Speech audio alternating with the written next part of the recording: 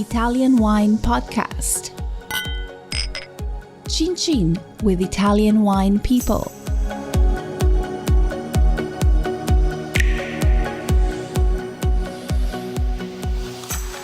Hello, this is the Italian Wine Podcast with me, Monty.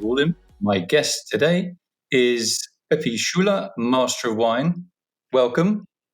Hi, nice to be with you guys. Yeah, nice to have you here. So you're a Master of Wine and you keep things simple by going by the name of Pepi for short among friends. Where does that nickname come from? Well, that's an easy one. You guys know your Josés from Spain. They call them Pepe. Of course, in Italy, they Giuseppe, and in Austria, the Josephs go as Pepi or Sepp. So those are the two short forms for Joseph in Austrian, so to say. Okay, but where were you born? Were you born in Austria? Yeah. I was born here in Burgenland. So this most eastern province in Austria, right next to the Hungarian border, in a sort of neighborhood of Croatian villages. Like 500 years ago, people moved up from what's nowadays Croatia and settled here around this border of Hungary and Austria. And yeah, so actually, this is the place where I live, where I work, and where I spent the last 30 years. Do you think having that sort of background, living in an area that is obviously now, it's, as you said, it's Austrian and also historically Croatian, does that sort of inform your very internationalist outlook in your work, or was that just a coincidence? I think I've learned over the years that there is something, of course, in it, in the way you grow up. If you grew up with different languages and sort of, also here right next to the Iron Curtain in the Hungarian neighborhood, in the middle of Europe with so many cultures and nationalities and languages. And in a way, I think, of course, it does influence the way you just think and see the world and see things.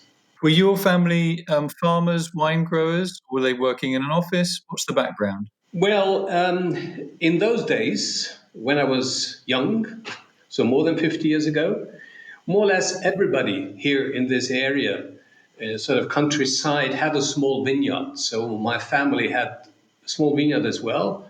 And we used to work this vineyard. My grandmother used to work until May, just before she died, all by hand for family consumption, for also what we call in Austria a Heuriger, like those wine inns that you find in the wine grower's place where you can sell the wine by the glass and have sort of food from home production. So we had also something like this, but actually for main jobs, my parents had a different profession, so they were not wine farmers by profession, so to say. What did your parents do out of interest? Oh, well, just clerks in the nearby Eisenstadt, which is our capital of Burgenland, the smallest capital in Austria, only 10,000 inhabitants. It's all very small here in this Burgenland province. Everybody knows everybody. And it's all very, very, I would say, private kind of things here. So you ended up getting a PhD. How did you make the link from a small village ending up getting a PhD and a Fulbright scholarship with the Mondavi winery in Napa? That's a huge leap. Yeah. So, and this goes back long time ago, like in the 70s and 80s of the last century.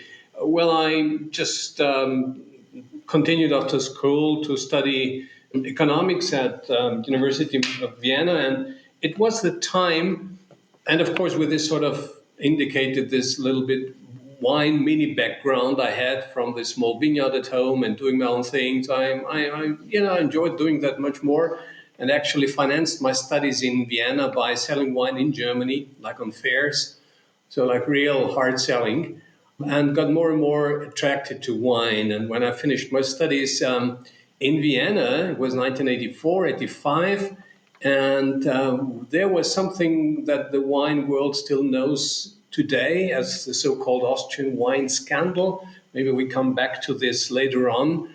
And that triggered also the idea of writing a thesis for a PhD. And that led me actually to South Africa because I was writing on a topic where South Africa was one of the world leaders in this particular field. It was in alternative wine packagings. And so I ended up in Stellenbosch University doing my PhD in Stellenbosch, doing research there. The wine world is a small one, as we say. You have your ties, you have your connections, and we had this connection also from Stellenbosch University to Berkeley University, and so that's the background how I ended up getting the Fulbright bursary, meeting people of Mondavi. They had a problem in packaging. And so I ended up on a project with them after my 2 years in South Africa, in California. So, many of those coincidences that we see in life. So when you say a problem with packaging, what do you actually mean? No, actually, it was more with design. It was in those days when Robert Mondavi was still this center of excellence with Bob running around in already quite in this what is it, late 70s or so, but full of energy and all great people there and a lot of spirit and just excitement. And so it was really the place to be. And it was again, as I said, one of these coincidences. I met a Mondavi guy in South Africa, and he knew that I was involved in sort of research in packaging. And he said, well, we have a packaging problem at Mondavi. And this was that you guys may remember the old Mondavi label with the arch and dome very prominently on the label. And market research told them in the 80s that this doesn't really reflect the quality of the wine inside, that what the consumer thought. So this was actually my task to come up with proposals how to, maybe help to correct this. So this was my little project with them in 1988 or so. So what was your solution then? Did you redesign the label yourself, or did you get a designer in to do with it? How did you turn it around? Well, this would of course go much too deep into the subject and topics, but at that stage, Mondavi already had, of course, the big Woodbridge brand, sort of the cash cow of the company. And I thought that the arch and dome logo got somehow too much neglected. So reinforced ways and means how this should be better incorporated and be sort of still the leading logo. And then it only went on in discussing in marketing boards and designers. So I was just sort of on the initial level and trying to analyze the market data and trying to come up with ideas. I mean, it's a very iconic label for sure. I remember I used to sell the Mondavi wines in London, and the sort of upgraded label, I guess, was the one that I was looking at when I was selling the wine. If I remember, it was just a sort of a silhouette of the winery, which was very evocative actually at the time. Yeah. Okay, so now you work for the Austrian Wine Academy. Can you just say that in Austrian for me?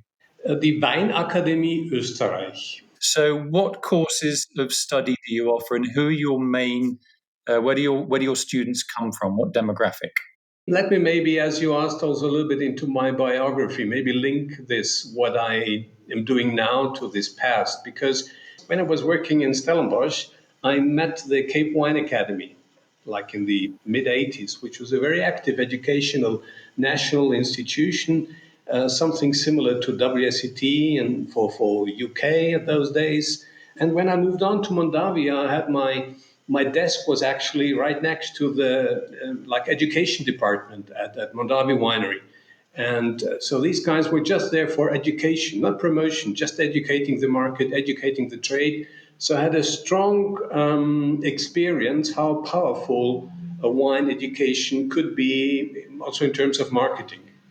So I was actually called back from Mondavi, got a phone call from Austria, then late in '88, where I was interested to set up something like a wine center, wine academy in Austria. So, and I agreed that I want to try it, and I came back. So what I meant that those things strongly influenced the way I tried to set up this academy and sort of structure it, and very strongly London linked. So one of my first trips after 1 month in the job was to talk to WSET in London, to visit Master of Wine, then to, like just try also to connect to the leading educational wine institutions so that we set up something here in Austria, which is not just of local significance, but hopefully at one stage also growing into something that reaches out further than the region or Austria or, into international world of wine. So from the beginning, we offered courses like, of course, the ABC of wine in general, on wine knowledge for the public audience, for the general public. And in those days, also the wineries were very small scale. There was no international experience. People spoke no languages in those days. So the only country we sold wine to was Germany. So we had the German tourists coming here. The same language was easy. And so we also offered courses for wine producers, like marketing workshops, etc. So a little bit of everything, more or less. And aside of that, and that was my statement before, I tried to set up and launch also like a high-profile, internationally recognized qualification that should, at the end of it, international experts should be graduates who, of course, know a lot about Austrian wine, but also about the international wine world. So, therefore, we started in the early 90s already, I think, as the first country outside of the UK, with WSET diploma courses here in Austria in German language to cover this sort of ambition as well. So we have actually a majority of people who attend nowadays Wine Academy, and it's usually 15,000 students annually. They come here to learn about basics, the ABC of wine, on a sort of lower level on Austrian wine, and then gradually you work your way up into international world of wine, and then into WSET diploma program, respectively an equivalent of that in German language that we introduced a few years ago. Are there any aspects of the teaching program that students tend to find particularly difficult or not? Of course, in the top end of the pyramid, talking now WSET diploma, I think those people who know about this program would agree that it's not an easy task, and of course, it's a slightly different way of thinking. There is a certain Britishness in the approach, and of course, students have to learn this as well, to follow this. And this is for the Austrian audience, but also for international students who study here with us at the Academy. Probably this is like essay writing, also something that we struggled when we're doing our Master of Wine to work on the essay formats, on the technique of essay writing. This is something we are not so good in doing it. Really, that's interesting. I mean, are you saying that, a multiple choice exam, obviously some people say that's easier because, you can stick your finger on one of the three options and you've got a good chance of getting it right. So you think this idea that people have to actually write and really think about answers to questions that they're being asked is really, really important. Is that because you think professionally it makes them get used to explaining difficult concepts in wine in an easily understandable fashion? Yes, this is correct. This is correct. And I think this is the benefit of the whole thing. But on the other hand, I was always a promoter of the fact that probably 95% of communication about wine, well, nowadays it's less and less, but is like face to face. So like talking to each other. And all these exams are written exams where you, of course, if you have your university degree, if you have trained doing this, in your courses at university, you're good in it. If you're a wine grower, if you're a sommelier, you might know everything about vitivini, you might know everything about the wines of the world. But when you sit down and you are asked a question to discuss a certain aspect of this in writing, this then becomes more difficult. So this is probably another facet, as also all our exams, with the exception of our final oral defense of a thesis, they are also in writing. And we see that many people have a lot of knowledge, but they struggle in really putting it on paper. Yeah, okay. So, but you obviously didn't struggle with that aspect when you were studying the Master of Wine because there were a lot of essays involved as well as a dissertation. Obviously, being a teacher, you kind of have your own way of doing things. But when you were doing it yourself for your Master of Wine, how did you structure your answers either in the exam or with your dissertation? What kind of thought process did you go when you saw a question? You think, what's your plan to answer it? What I had to learn in a way, and just to give you an example, I wrote my thesis in South Africa, my PhD thesis on packaging. And I remember the exam in London, I sat first time, and there was a packaging question. And so I was just smiling, and I thought, now I'm going to show the guys how clever I am, And wrote everything I knew. I thought, wow, this is not brilliant. It was not brilliant. I failed on this question because I didn't answer the question properly, as said. So I think a step back, kind of modesty. Many MWs would also say that's a school of modesty in a way in trying to get this. And if you look to some of our greatest, celebrated MWs and Jansis and others, they're all very modest, very nice people.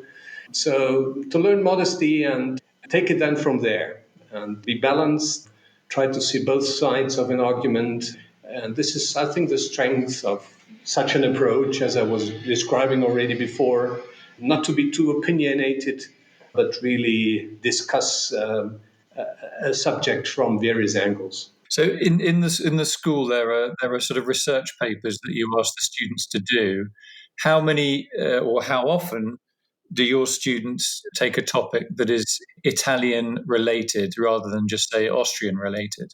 So, sort of at the end of our qualification kind of seminars, this, say, WSET diploma or the Austrian equivalent of this, we ask the students to write a research paper on a topic of their choice.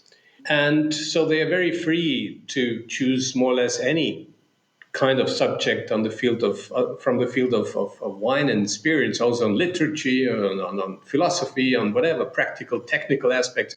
But of course, usually it's very much sort of topics focused around wine styles, grape varieties, regions. And I must tell you, also in recent years, we had a lot of topics on Italy. Because, yeah, exciting things are going on. Things are changing in the areas, indigenous varieties popping up, hot discussions in the areas on styles, on new regulations, and on appellations, on, cru definitions, whatever. So we had a lot of topics focusing actually on Italy in recent years, I would say.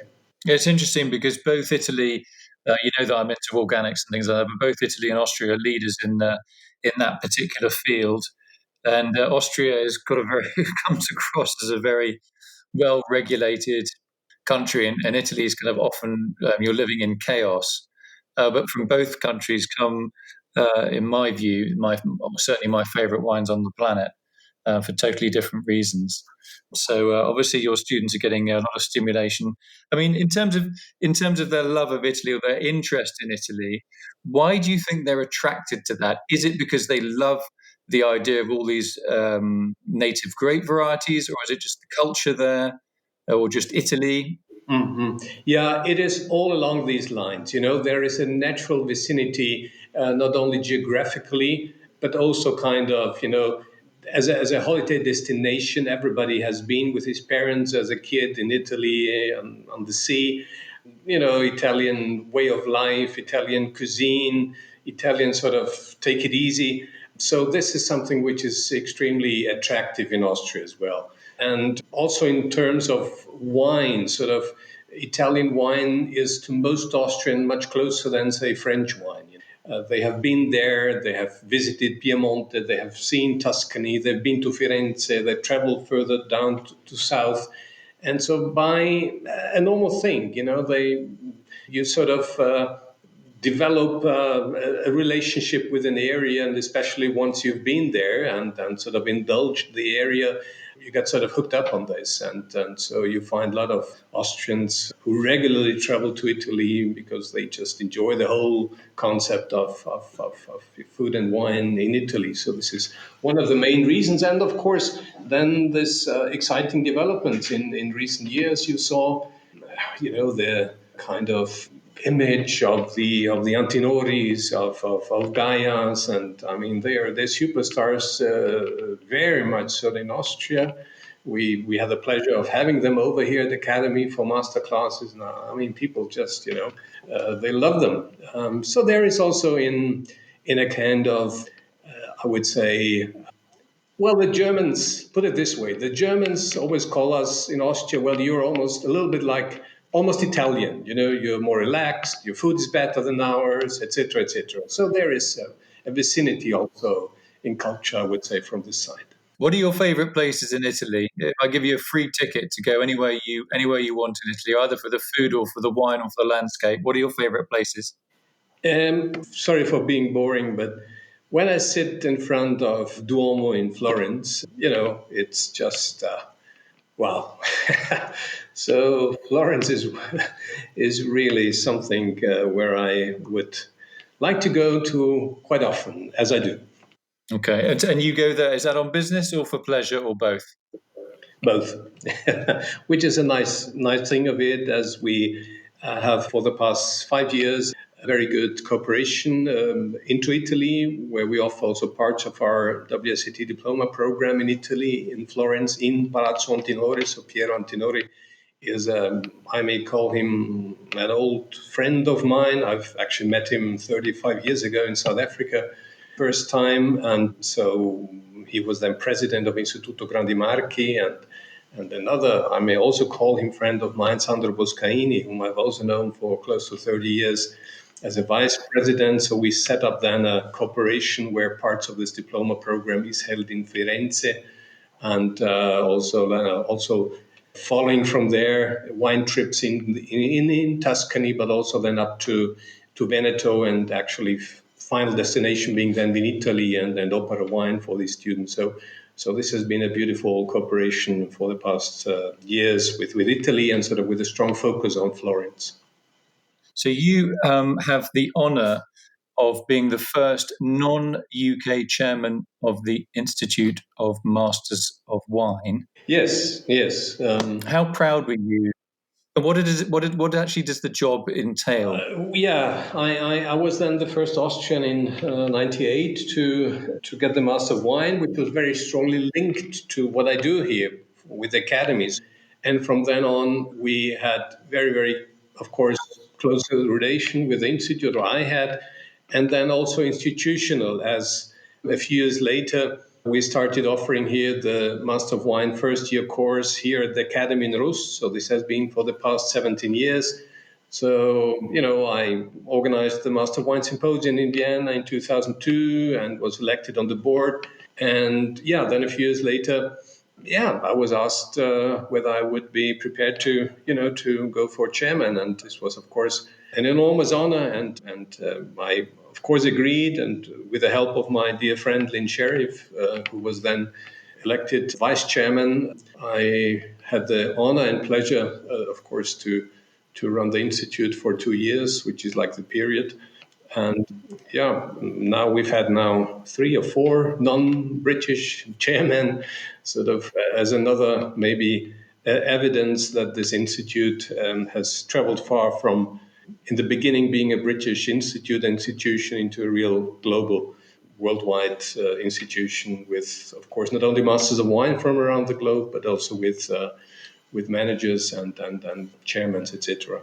Yeah, I'm going to make a comment here. I mean, from my perspective, having Lynn and you at the helm, it just gave the whole institute a real kick that it needed to be more international and also to listen to its students better. That's just me seeing things from the outside. So both of you, I think, deserve a huge amount of credit for what you did, and what you still do, for bringing the institute up to where it is now, and a fantastic achievement for you to do that. and to do it also with great distinction and also great tact, because it's not always easy doing things like that. So well done, you. Thank you very much. I really appreciate this. What's your next big task before we say goodbye to each other? What's your burning ambition at the moment? To get all the shit done now in these difficult times, very much what we do in education. I fully concentrate on seminars that are held live, not on online. Education, I think we can do those things, sort of this seminars we're running here, we're running in Italy or Germany, in Switzerland, better than others. And that's why people from around the globe come here and do it. But of course, at the moment, they cannot come here from around the globe. And so we try to come up with plans, with ways how we still can do things also in these difficult times. And internationalization is definitely something I want to see more than we have here. It's so enriching for everybody, to meet together. It's not only the courses, people sitting in there, it's what happens after that. Meeting between nationalities who actually should not be best friends, from Ukraine and Russia, from Serbia and Croatia, you name it. And wine is sort of the element that brings everybody together, and they go home as big friends for life. And to see this happening through wine is something I want to see more of in the future. And I hope that we can be back to normal very soon to really celebrate the world of wine together internationally. We're also actually expecting a Master of Wine group again in January. At this stage, we don't know whether we can have them with all the restrictions. But I must say that this was also the reason for the success of Austrian wine, I would argue, that our producers went out into the world with open eyes and prepared really to indulge knowledge, to find their place in this world of wine. And this is so important, as it is for us as an academy. Yeah. Well done for everything that you're doing on the educational level and also on the behind the scenes level. I just want to say thanks very much to you, Pepi. We've probably covered 5% of what you've achieved. Fortunately for you, you will be invited back to do another podcast in the near future, hopefully when the COVID situation dies down. It's been a real pleasure talking to you. You're a wonderful speaker, a wonderful educator, and a great student as well. And well done for everything that you do. And thanks for coming on the Italian Wine Podcast. Thank you. Yeah, okay. Thanks, guys. Thanks, Monty, for having me. And looking forward to be back. Take care. Okay, bye-bye. Listen to the Italian Wine Podcast wherever you get your podcasts. We're on SoundCloud, Apple Podcasts, Himalaya FM, and more. Don't forget to subscribe and rate the show. If you enjoy listening, please consider donating through ItalianWinePodcast.com. Any amount helps cover equipment, production, and publication costs. Until next time, cin cin.